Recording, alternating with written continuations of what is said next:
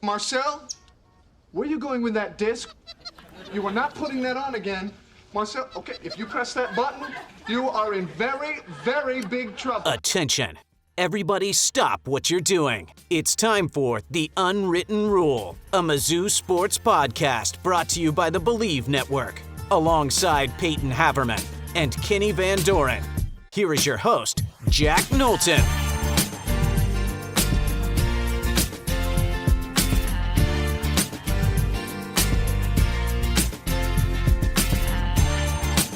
Welcome back to The Unwritten Rule. Today is Monday, March 23rd. We are presented, as always, by the folks over at FanDuel. It's just Payton and I, and Mizzou's basketball season is over. Ended on Friday night in the first round of the NCAA Tournament. Miami 80, Missouri 66, a game that went kind of as Payton and I predicted. It went as pretty much all of Missouri's games have gone this season. Mizzou played one of the most vile hoop first halves I've watched, was somehow only down by 1 point at halftime.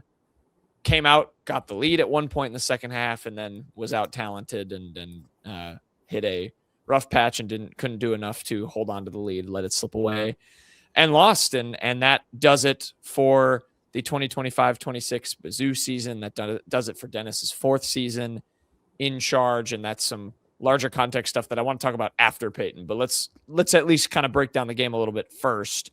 I guess just give our reactions of what happened, how it happened. Like I said, it really felt like it was a microcosm of the season. Miami had felt like just had more dudes on the court that could go out and make plays, and the place all start to it felt like what is going on? I'm hearing noises. Do you have an alien ship in your living room?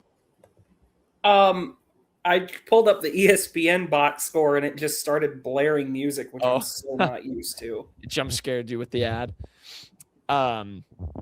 No free ads for ESPN or from ESPN, I guess. The first thing I just kind of wrote down, Payton, and I'm sure we're going to talk about Mark Mitchell and what happened to him in this game. But to me, like, Missouri's just sheer lack of offensive success and success later on in the game, like the backcourt and the lack of creativity and potent scoring and ability in the backcourt felt really, really painfully real in this game. Like, Missouri just did not have, a guard to go get a bucket, to go make anything happen against that Miami matchup zone.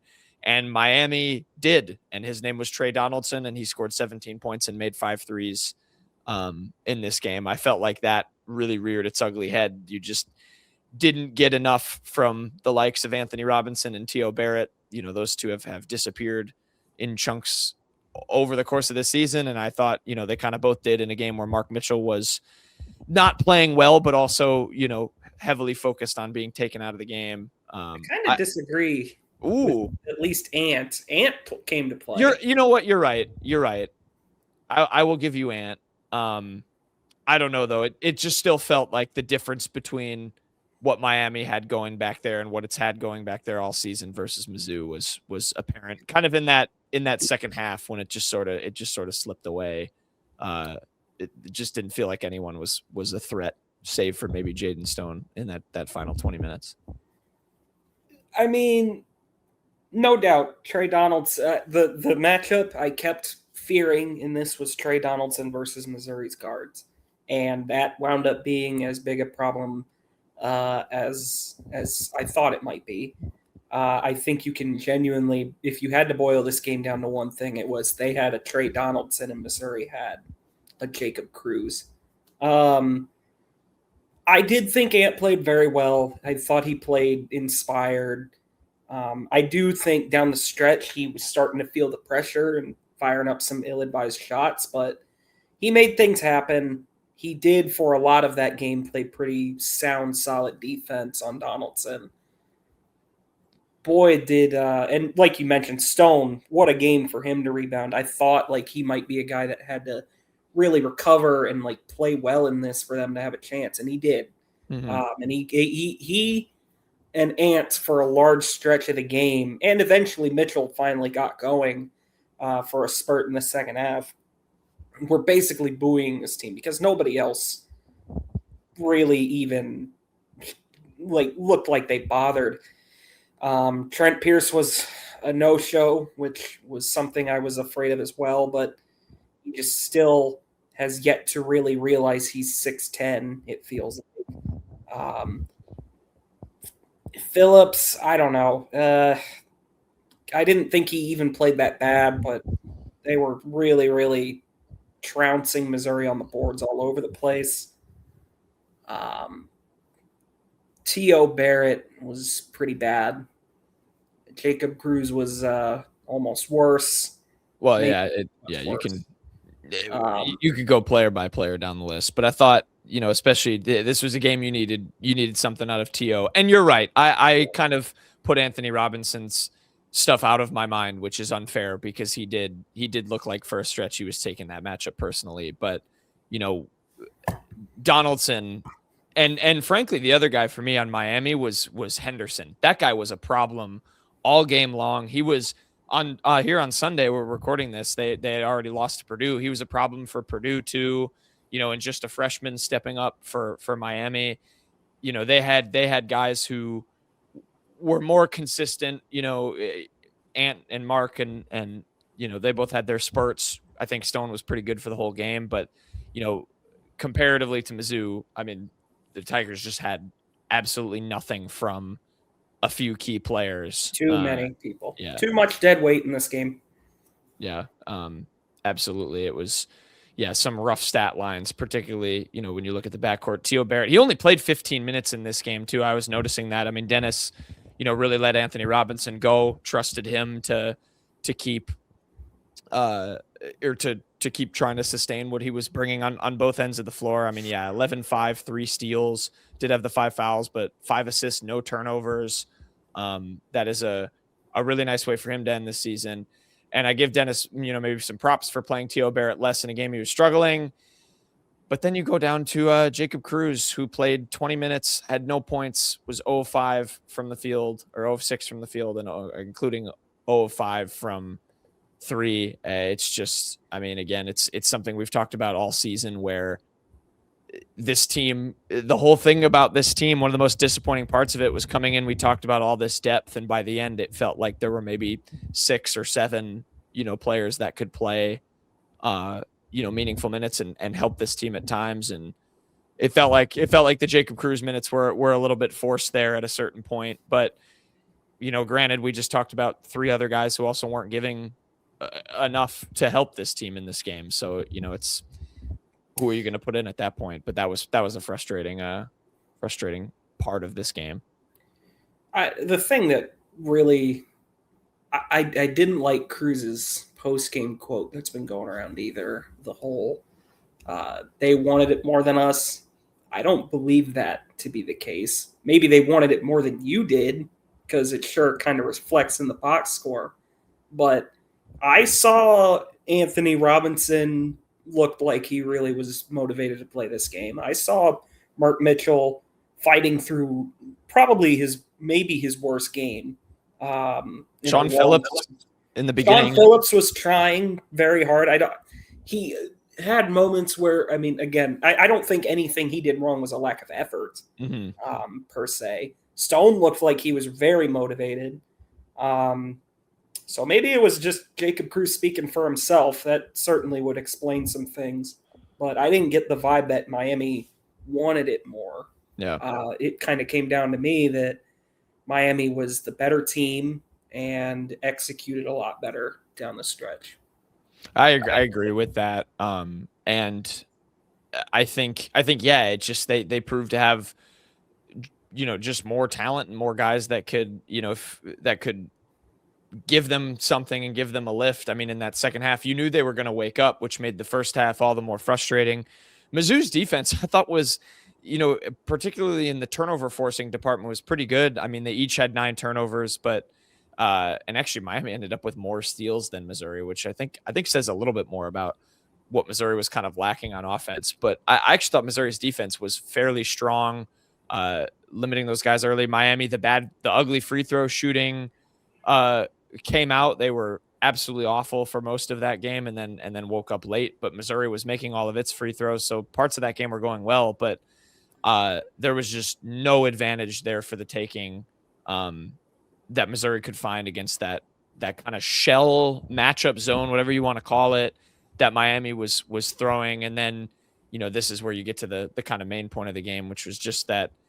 I think you do have to give Jay Lucas and Miami a good amount of credit for what they did with Mitchell, but boy, he could not get anything going, any sort of, presence as a driver, as a post-up guy. I mean, Miami put him in hell a little bit. They were sending doubles. They were sending two guys at times. And, it was the have one guy chase down and try and help Renault for a second and get back to your matchup once that driving lane closes and before Mark Mitchell can spray a pass out to a guy.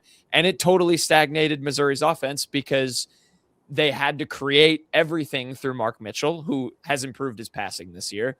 But because you don't have the guards that are, going in and able to take advantage when you can throw some extra helpers on him. I thought that was a big key for this game. I thought Miami did a good job of that. And then, Mark Mitchell just did not look like himself until it was too late there, Payton. Did make threes, but not much. Yeah.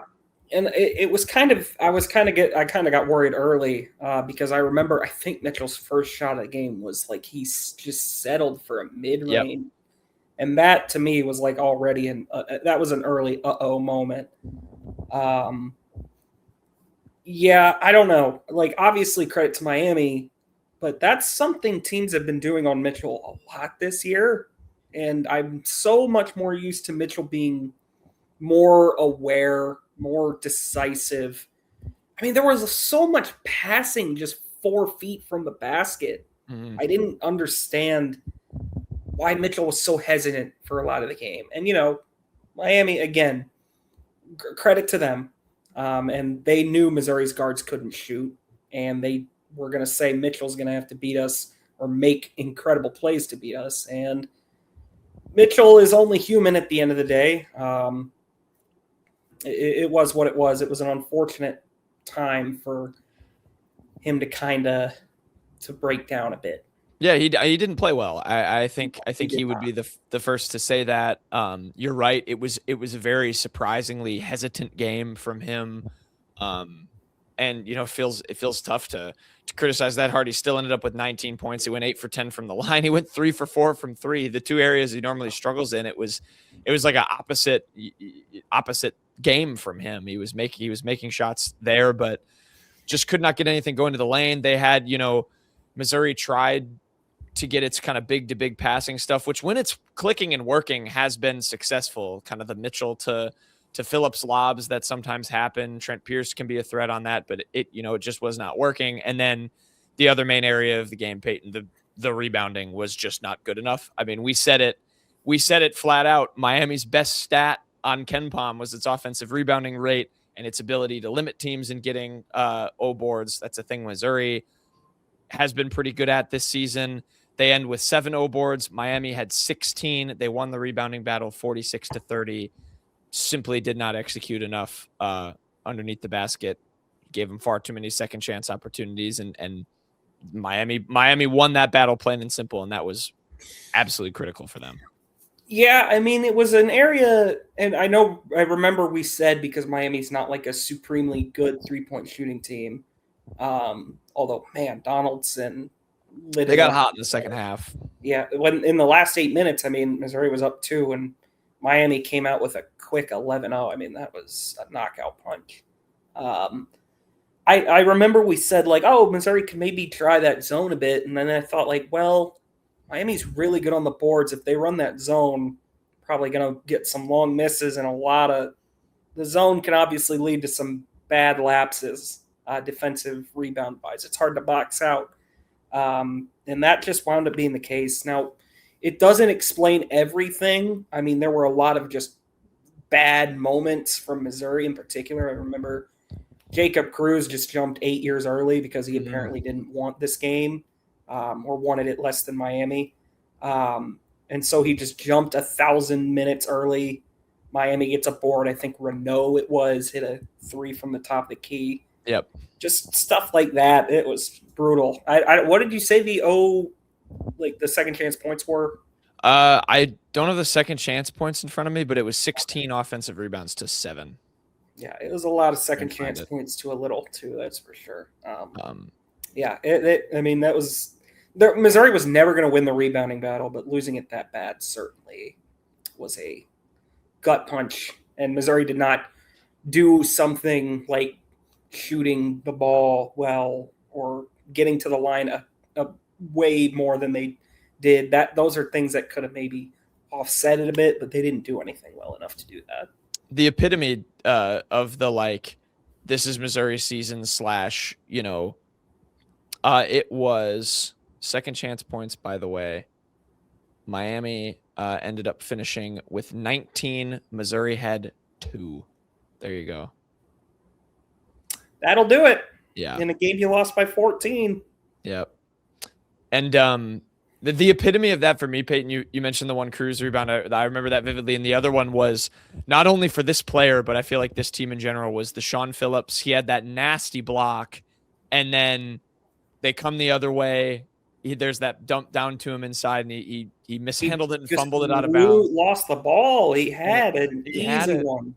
He had it, and it's just that is the epitome of Sean Phillips. And again, a player who he wraps up his career along with a couple of others, but you could never knock his effort. And you were just like, oh my gosh, there were so many that you were just tearing your hair out because you're like, why is this happening? Versus then he'll go do something good. He will always be just a puzzling player that I enjoyed at times and found myself scratching my head at times. But that was end of the day, you hope you can get better eventually at that position. Phillips was fine, but boy, was he far from perfect. And I think we really eventually would like to see something a little more at the that stretch, by the way, Miami called that timeout with 7:39 left. Missouri did not score until the 4:04 mark of the second half. In that time, it went 0-4 from the field, 0-2 from the free throw line, and turned it over once.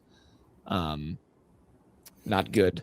Not good. In Dennis Gates' 8 most important minutes, probably, of his Missouri career. That was a dud. That was a dud. We can go to the larger Dennis and team conversation, unless you have anything else you took from this game. I don't. It was just really, it was very sad to watch. Yeah. Definitely a really rough, after they take that lead, to see it slip like that. So the larger things, guys, I believe it's 4 Payton, depending on if Mr. Javon Porter gets any sort of medical redshirt waiver, but Mark Mitchell, Javon Porter played in like 10 games, didn't he? There's no I think way. I think he played more, actually. No way. I don't know if he's actually able to get one. So if he can't, Javon Porter's included in this, along with Mark Mitchell, Sean Phillips, and Jacob Cruz, who are all out of eligibility. So those guys are not able to return. Obviously, this is going to change. It's the transfer portal era, but the guys who can come back next season for Mizzou, Anthony Robinson, Aaron Rowe, Teo Barrett, Anar Boateng, Trent Burns, Trent Pierce, Sebastian Mack, Nick Randall, Luke Northweather, and they are bringing, of course, the trio of freshmen, Jason Crow, Tony Bryant, and Aiden Chronister. Maybe more. Who knows? Quentin Coleman on the market. We'll see. There you go. Keep an eye. But the bigger thing, of course, with this game, and we had alluded to it, if it was going to be a loss, this is now, it feels like a really massive offseason coming up with the portal, and it was always going to be, but it now has a little bit of a cloud to it with Dennis and what kind of happens now. I meant to mention this at the top of the show. I ended up making the trip down to St. Louis, so I was in the building. I got a pulse of the Mizzou faithful kind of after this game was over. Obviously, people very disappointed, very frustrated. There were calls for the head coach, which you just lost the game. Not gonna happen. It's those statements are going to be made in the heat of the moment. But yeah, now you said obviously it's not going to happen. You're right. Payton Dennis is not going to be fired this offseason. People can put that out of their minds. But it does now, start a really interesting timeline. And I think, you go into a really, really important offseason here, and then a huge flashpoint for the future of this program. Because of course, I think my stance on it is it's far too much to suggest that he needs to be fired, but I don't know if you can necessarily blame people for talking about it as a potential if next season, goes awry. This is it feels like a really weird situation, Payton, where, you're 4 seasons into this project with Gates at Mizzou, and, you're having, I'm distracted right now because I know. Should we cut in? We're recording this on Sunday night. There's 32 seconds left in Florida, Iowa, and it's a 1-point game. Oh, he missed that 3. Don't say anything. Oh, Payton's looking really close at his TV. Iowa's got the last possession from what I'm looking at. My TV's to my left. 19 seconds. Sturts, the man who killed Mizzou, drives inside, stops. High layup, no good. Rebound. Oh, is that a jump? Did they get a foul? They got a foul on Iowa. 8.9 to go. Is that? Am I right? Yeah. Oh, Payton's ahead of me. This is very funny. Okay, we're back. Wow. Iowa in a knocked game. I wanted nobody to win. I still am angry. So the coach who knocked Dennis Gates out in last season's tournament is now coaching in the Sweet 16 and just upset the defending national champions. Yep. A little bit of a salt in the wound there, I guess, if you want to reach on the Mizzou angle. Shout out to Iowa. Shout out a tournament that everyone said sucked because none of those precious double-digit seeds won, and now you have a 9 seed in the Sweet 16. Anyway. At least St. John's won. St. John's did win. Kansas is also out, so that's nice. Payton, Dennis's situation. Obviously going into let's go from talking about Ben McCollum to that feels fitting. It's tough. That's a tough transition, but I mean, we are now. It is the reality going to enter a real big kind of flashpoint for Dennis. I think it's very interesting. Of course, only being 4 seasons in. The thing I keep turning to, Payton, and you can give your take just on kind of his situation and whether or not what you think of the job he's done. That aside, to me, the situation is kind of this. It's, the Mizzou brass has to evaluate, I think the regular season results to me are important here. It's kind of evaluating, do you like where Dennis has taken the program in these 4 seasons and where he's brought it to compared to how it was in the last decade plus? And is it too much of a risk to bring a new guy in that could, cause a little bit of a backslide there, or is it worth the risk given the potential upside of Dennis has not performed in March. It has not performed. He has not performed. His teams have not won all that much in the month and in the time of the season that matters. He's 5-15 in March. He's now 1-13 over the last 3 seasons. That's a stat that's going to keep coming up. It's a really tough situation, and it's, we've talked about it, Payton, the draws that he's gotten in the NCAA tournament. It's not exactly fair to him. He didn't make those, but he's had opportunities. He's gotten some really favorable ones. So right, but I'm saying it's not fair to him in the sense of, there became a lot more pressure on those games because of the fact that they were more favorable. I think that's part of the reason there's so much angst. But what just happened? Where'd you go? I disappeared. Hold on, my camera came unplugged. Regardless, look, I'm back. Nobody has been.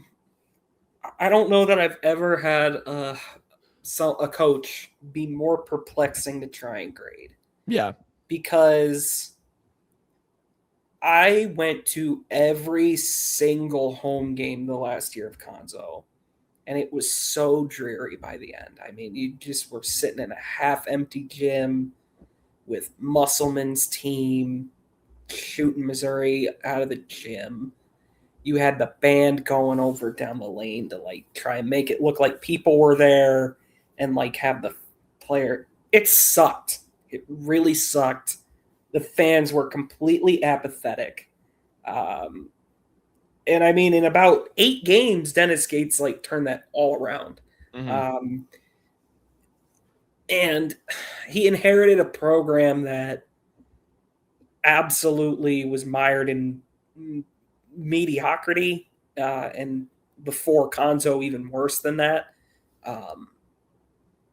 And he's made 3 tournaments in 4 years, which is objectively a success, no doubt about it. I agree. And he's made 3 tournaments in SEC play. He's had 3 10+ win seasons. That is not something that happened regularly. 3 20 win seasons. Yep. That's all good, like very good stuff. But the March shortcomings and the way they've happened are just not really acceptable. I know some people like to just shrug off Princeton, and be like, well, you got marched and it was still a great year. And it was a great year. Not going to argue that at all. That's the best year Missouri has had in probably the past 2 decades. Other than that's not true. Since Frank Hafe's first season in the last season of the Big 12. It's Dennis's year was like his first year was the best year Missouri's ever had in the SEC, no doubt. But that's still, I mean, that was a moment where you could get to the Sweet 16 for the first time since, I don't even know if they made it in 2010. I know that was their win over Clemson as the 10 seed, but I don't think they made the Sweet 16. It's the second year in a row where a player after the season, or not a player after the season, but it's been very clear Missouri's been figured out by the end of the year. Last year, it was the defense getting absolutely ripped to shreds night in, night out. And 2009, by the way, was the last Sweet 16. So, and Caleb Grill going ice cold from 3. This year, the offense got totally figured out.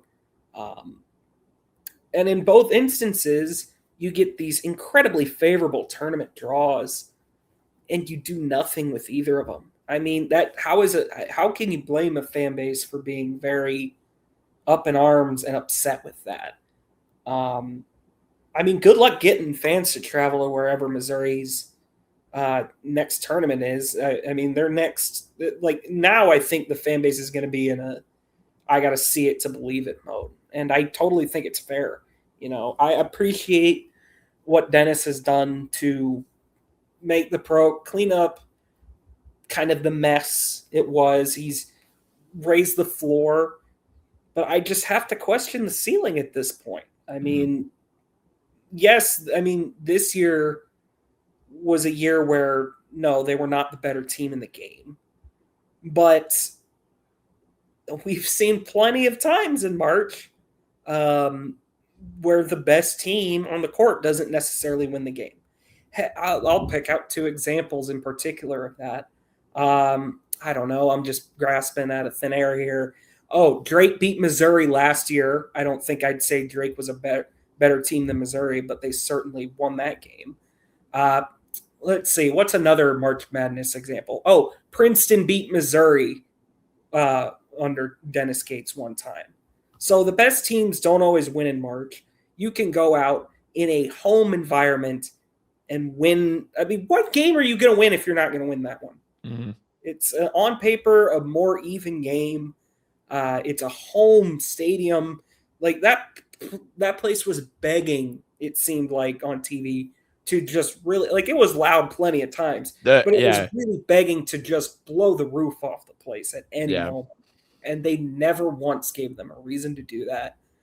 And I'm not going to be a guy that goes in and says, well, Dennis needs to make the second weekend or he's going to be gone, because I don't know that I even believe that'll happen.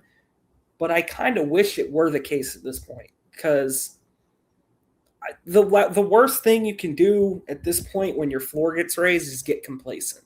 And I know it sounds a little hypocritical, because I was so pro Drinkwitz extension because he established a floor like at Missouri for football. Here's the difference between that. I've seen the ceiling for Dennis Gates be a top 10 finish, a win in a New Year's Six, a win over Ohio State. Drinkwitz, you mean? Yeah. Yeah, Drinkwitz. And here's another thing that I don't mind saying, even though I don't think Missouri fans really want to hear it. Missouri's never going to win a national championship in football, okay? They're not going to. I have zero faith in that. I have zero expectation of that. I don't think it's ever going to happen. Basketball is a different story, all right? This has traditionally been, you look throughout history, it's been a traditional basketball school. And it's so much easier to win a national championship in basketball. It really is. I feel like Missouri is a program where you can want more than just being happy to be in the tournament. Like if you're Missouri in football, like just going back to the Drinkwitz extension, I'm happy with establishing 8 wins as the baseline because occasionally you're going to pop, you're going to make the playoff. Maybe you win a couple games, and maybe I'll be dead wrong, and maybe they'll win the national championship if all the stars align. Now that the playoff is expanded, you can maybe have more parity. You never know. Yeah, but I mean, basketball, it feels, especially with the tournament about to inevitably expand, which is a whole nother debate. Missouri should be in every year. That should not even be a question. Yes, it was a really piss poor last decade, and a lot of the years post Norm Stewart have not been good. Right. But Missouri, I know you don't love Mizzou Arena. Mizzou Arena, comparatively to the rest of college basketball, pretty damn good facility. The money sure seems to be there enough to be like where you should be, like wanting to make the second weekend like every so often. I know I'm talking in circles at this point, but I just think the ceiling, we should expect more. We should. We really, really should expect more out of this program because they have had 2 really golden opportunities these last 2 years. And it has fallen apart right at the end, right at the finish line. And it's been this year does not, I won't lie, it doesn't hurt as much as last year does. I agree. But it's still so shameful to me that you got a home game against a team you're on even footing with. I still do think Miami was better, but you're on even footing with, and you couldn't find a way to win that game. The questions around Dennis, I think, are warranted. I'm not going to be the one that says second weekend or bust because I just don't think that's going to happen.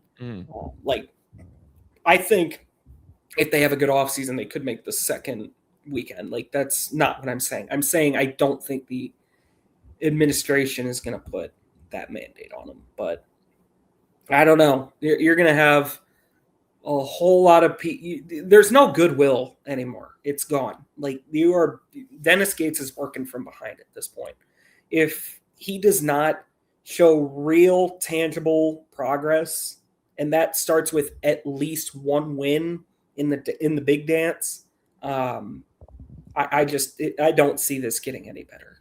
Yeah, that's kind of the crux of what I was trying to say too, is how you evaluate that and Dennis deserves the credit for getting Missouri back to that point where making the NCAA tournament, is now this team's floor and should be, and should have always been. And I think you're right when you talk about the resources and the investment, certainly the fandom, when you compare it, especially in the SEC in terms of the care for basketball, Missouri is up there with pretty much any school, in my opinion. But yeah, it's now evaluating, is this the guy to take it one step further, that is why it's a little bit of a conundrum, because it does feel tough because of the progress he's made as kind of the regular season stuff and getting Missouri to this point where they are a consistent tournament team. But yeah, you're right. It does feel like, it's going further is more attainable in basketball. And so you have to evaluate that, can we risk another backslide if you make a change?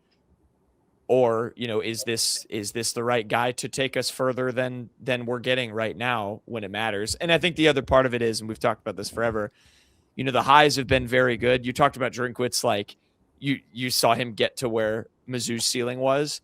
With Dennis, it, like, especially last year, what people were saying after that Alabama game, the ceiling still felt even higher, and then the lows are just so incredibly low, dreadfully, and come at the worst possible time. And eventually people's patience is just going to run out with that, as tough as it is, given how good the good has been. It's I can't blame people for having the conversation. I'm exactly in your boat. And the other piece of it with Dennis, of course, you and I both talked about this for years, is the guy is clearly an excellent man manager. He is clearly beloved by his players, and people want to play for him, and he's about all the right stuff, which is also, all great. It's much easier to betray a guy or become apathetic to turn on a guy who is not like that. And Dennis is, and that is, something you really want to root for, and I really want to keep rooting for it. But yeah, it is the results eventually start to speak. You do have to take that next step, and that starts with winning a game in the tournament, at a minimum. And if it were me personally, I do want to see like a second weekend or bust next season. But I know that's probably not realistic, probably not good business.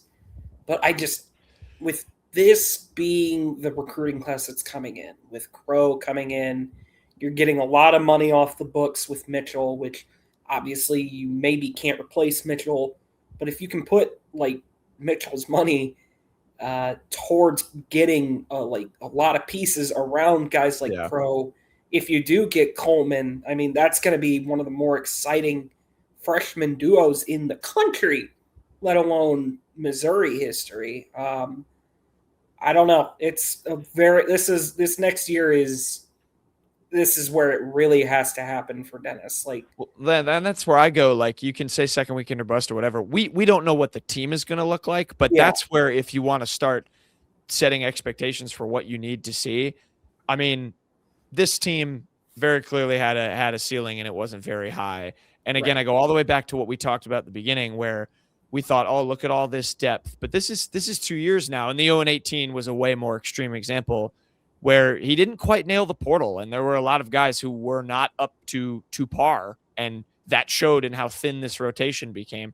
That's what the first thing that has to happen, as you start having these talks about where Mizzou can and probably needs to go next year, is he absolutely needs to nail this portal. I don't care how good the freshman class is. There is opportunities in the transfer portal. They have to nail it. He has to nail it. You get the guys around him, because frankly, of course, Crow's going to play. These guys are going to play. Even the 4 stars, they're good players, but we haven't seen a superstar freshman yet for Mizzou. I look at Miami, man. That guy Henderson, I just watched play 2 really good games in the NCAA tournament, helped them really push Purdue and helped single-handedly beat Missouri. He wasn't even a blue chipper. He's just a regular old 4-star.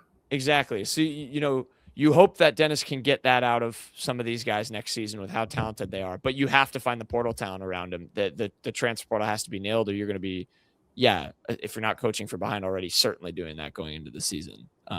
It's a really, really important kind of portal cycle coming up for Dennis and for Mizzou. And, we'll talk about that as it goes. But that's kind of the situation. Feels a little bit grim. Mark Mitchell, I'm very sad that he will not be playing in a Mizzou uniform anymore, Payton. I think it's that may be a fair point to end on. He was awesome. I'm sad they couldn't win a tournament with that guy like that on your team. That's not even a game. I mean, that's a guy that you get a starter from Duke. You want to see, you want to make the damn second weekend with that guy at least. Yeah. Didn't do that. Didn't even get a win. Didn't get a win against Miami. It's going to be a long off season, and one that will have a lot of eyeballs on it for Dennis Gates, for Mizzou. Will be very interesting, and we will keep following it. For now, though, We'll talk a little bit more fun NCAA tournament stuff for some other teams. So maybe we'll do it bitterly. But we will finish the show on the other side with the old quick hits.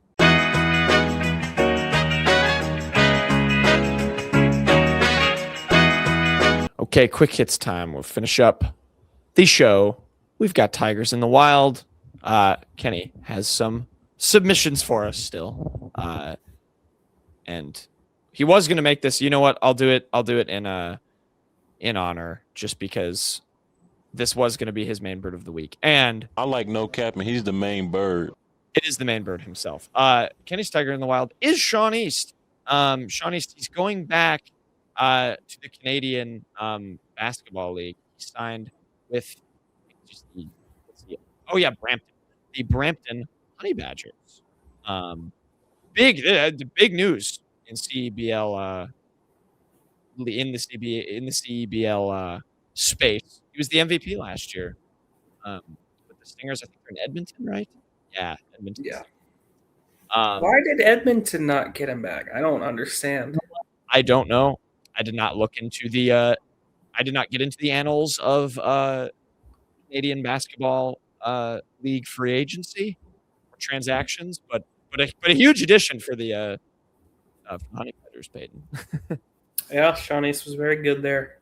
It's very good. Did some stuff in the Rising Stars game. That was my question. I need to look into what happened with his G League situation and maybe why. I guess you're getting to March and April. I know you have to let some of those contracts go. But I always forget the details of all of that if you lose some G Leaguers down the road. And I know you have to sign some guys to full deals and stuff. So good for him. He's going to continue getting opportunities. He's had some excellent times. 582 points last year.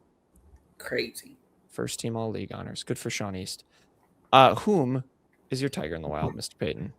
My Tiger in the Wild is going to be almost Jalen Rose. I tweeted about this during the game, too. It was honestly the best part of watching the game. Future Tiger in the Wild.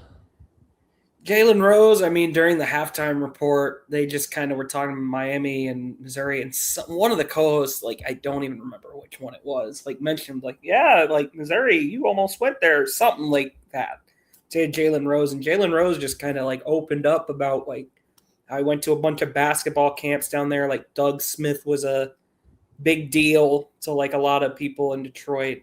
And we had, we've mentioned this, recently on the show, too, we had Gabe DeArmond on, and we even discussed kind of the old Detroit, Missouri basketball connection. It used to be a thing.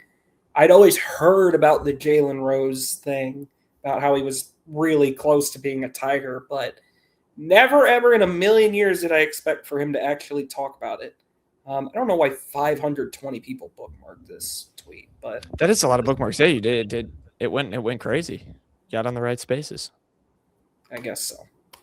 That is just kind of funny timing that we did just bring that up, and now and then it got mentioned on the broadcast. So add him to the former future Missouri Tigers draft, which we inevitably will do in the summertime, like we always do. Jalen Rose. That was a good episode when we just brought up a bunch of almost Tigers. Almost Tigers. We'll do it again. We'll do it again for the people.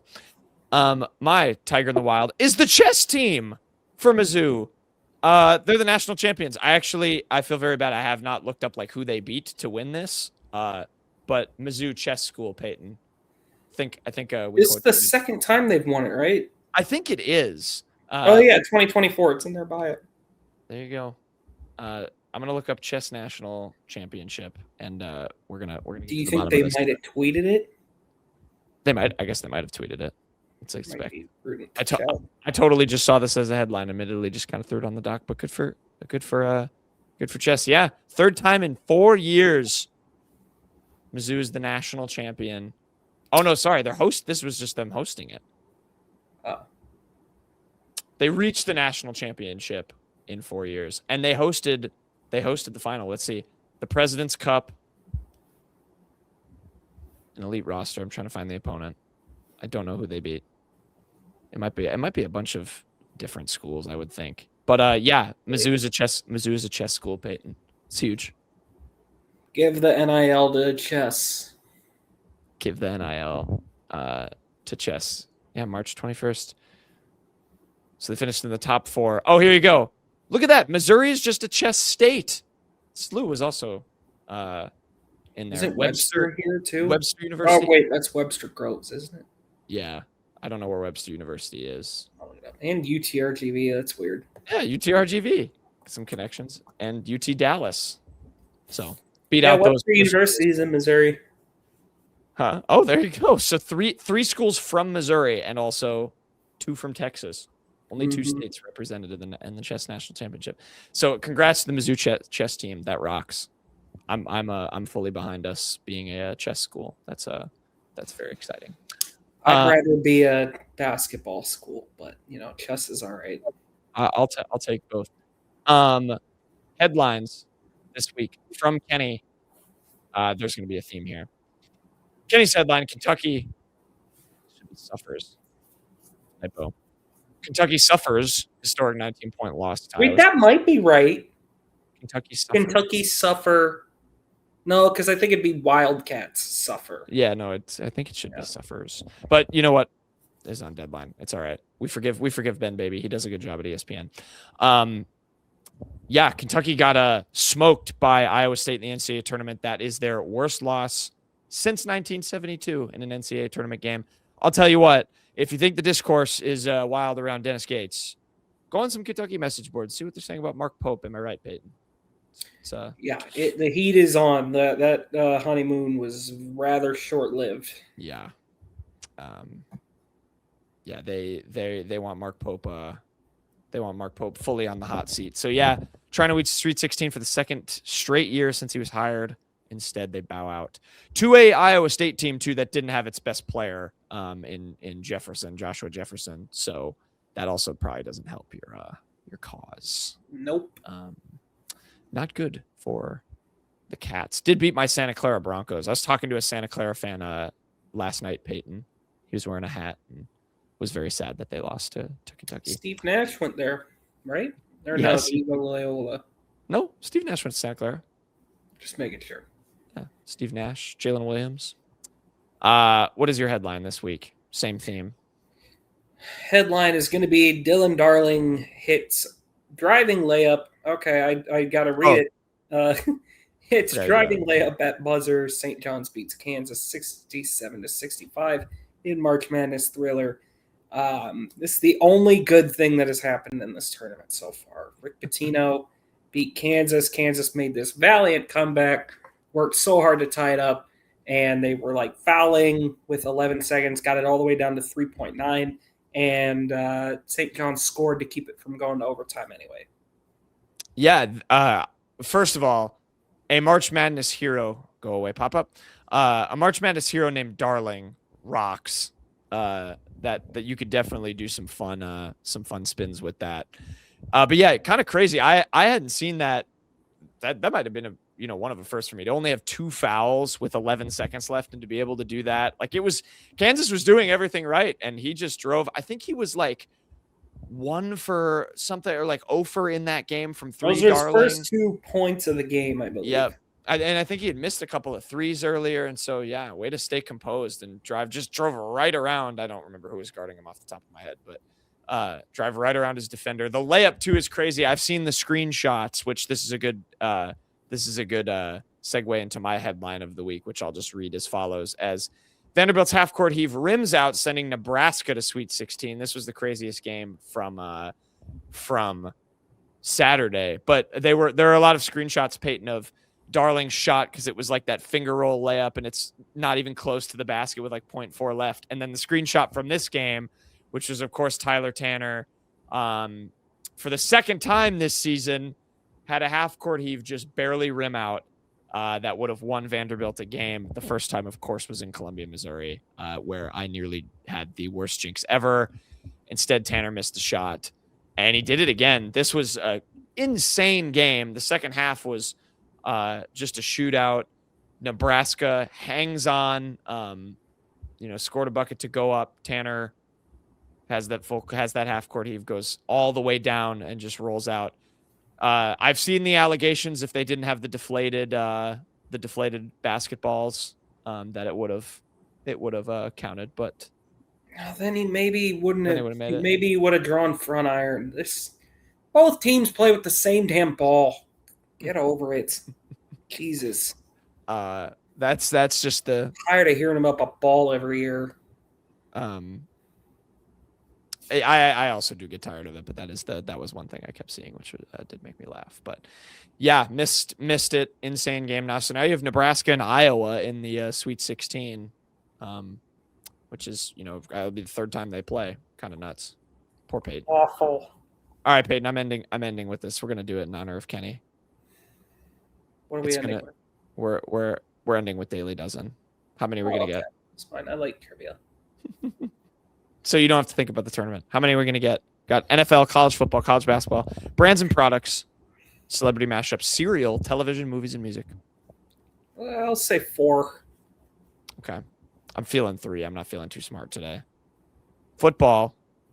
After helping Cal Berkeley make a 1997 Sweet 16 run, this tight end became an NFL Hall of Famer. Tony Gonzalez. You're right. University of California. Beginning with an AFC West team. It's Tony Gonzalez. College football. The brother of NCAA All-American Malik Monk, Marcus Monk, caught 27 touchdowns for this SEC school from 2004 to 07. I didn't know that. I didn't know he had a brother that played football. There's no way it would have been Kentucky again. I've heard this before, but I don't remember the school. LSU? No. I don't think. I feel like I'd remember that. He wasn't a Saban coached player? I honestly, I don't know. Like, we're going to be throwing a dart either way. Then why don't we throw a dart at LSU? Sure, LSU. That's going to be like one of the Mississippis. Yeah, probably.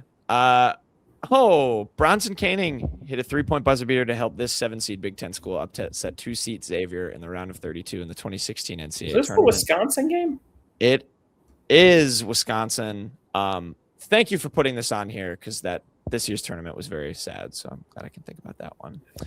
Shout out to Bronson Koenig. Man, if Arizona loses this game, Jack, I am not even watching another second of this tournament. Oh boy, yeah, 63-59 live podcast. Oh my God, if Arkansas gets to go 13, 12, 9, I will actually give up. The OmniDesk and OmniBook are produced by which tech company? I have no idea. OmniDesk. I've seen an OmniDesk. I don't know what. Amazon. What if it's just Omni? Nope. Well, good try. What's a thing that makes office products? I have no idea. It's definitely not right. No, okay. It's not. Celeb mashup. Who are these two? No. I don't recognize Stan, maybe. I don't know who the face. I don't recognize either of those people, but I'll guess Sebastian Stan for you. I don't know if I can do it with the ad. Always try. Wait. I can't scroll with the ad. Can you click out of the ad? No, there's no X.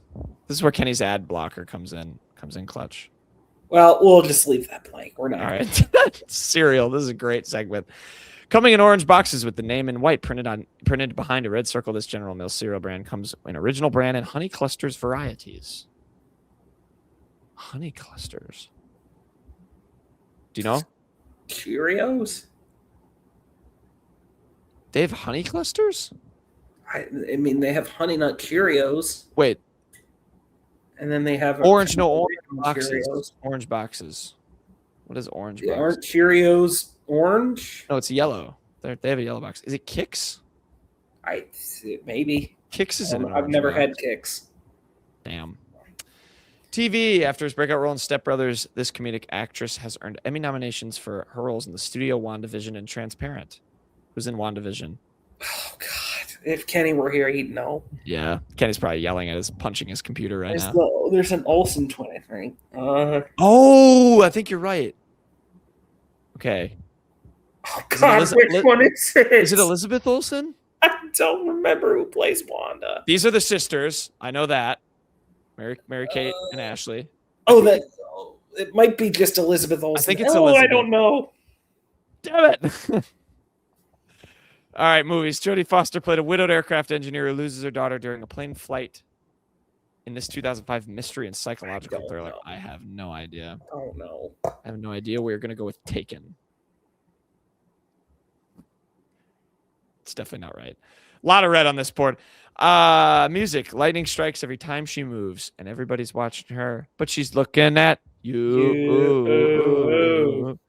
Oh no. Are the lyrics from that song? What is this called? Oh my God. What is this song called? I don't know. I'm just gonna look it up. Hold on. Okay, while you're looking it up, I'll try and think. Isn't it just called "This Is What You Came For"? That you might be right about that. That I think that's right. Like legitimate. Okay, it is right. Yeah. Is it just "This Is What You Came For"? Okay. Bang. There we got 3. three. I was There you right. go. I was right. And if Sebastian Stan was in the middle, I'm counting that as 4. Okay, let's see. What ones did we get wrong? You correct answers at the bottom. College football. Arkansas. I don't know. Brands and products. HP. Ah, yes. Okay. Lin-Manuel Miranda and Rashida Jones. Oh, yeah. My joke. My guess sucked. Sorry about that. Anyways. Fiber One. Fiber One. I thought Fiber One had white boxes. That's like an old head cereal. I'm not. Yeah. Catherine Hahn. We were not close. Not one of the Olsons. Is Flight Plan. All right. Well, I guess. never heard of it. Yeah. This one comes from our favorite TV series, The Today Show. Did you hear about the bossy man at the bar, Jack? No. What did the bossy man at the bar do? He ordered everyone around. Oh, how nice. 2019 Washington National of the Week is Trevor Rosenthal. There you go. And that'll do it. Thanks, everybody, for watching, listening. Peyton's most energetic show. I really don't care about this sport anymore. He's very sad. I'm feeling my love drain out of it with every one of these March Madness games. We're now in off-season mode. Alabama's going to beat Texas Tech. This is not a fun tournament. You'll get real excited once we start talking transfer portals and watching film of the guys Mizzou. Not if we get a haul like last year. You get another Jacob Cruz. All right. We'll end it there. Who was Missouri's best player from the portal last year besides Jaden Stone? Jaden Stone's the obvious. You can't That's take a one player. Good player. Sean Phillips might have to be the answer by default. Well, okay. That's an impossible question because it would be Jaden Stone. You can't just take one out of it. They did get him in the portal. Here, I'll take the worst and I'll take the best out, and then it's the middle ground. Okay? That's not. You can't say Sebastian Mack. Who was their most? Jaden Stone. It's always the person you most medium suspect. Who was the most middle player? All right. I mean, Dennis Gates' first year, you got Demoy, you got Golston, you got the whole team. Otter was a good player. They got guys galore. Yeah, they've got to know the portal. We said it. We'll see what they do. We're in off-season mode. Enjoy, folks. And we will see you all real soon. Talk, I don't know, end of spring football. That'll be real exciting for Peyton. Let's just all lay on the ground and go to bed. All right, everybody go to bed. We'll see you all real soon. Goodbye.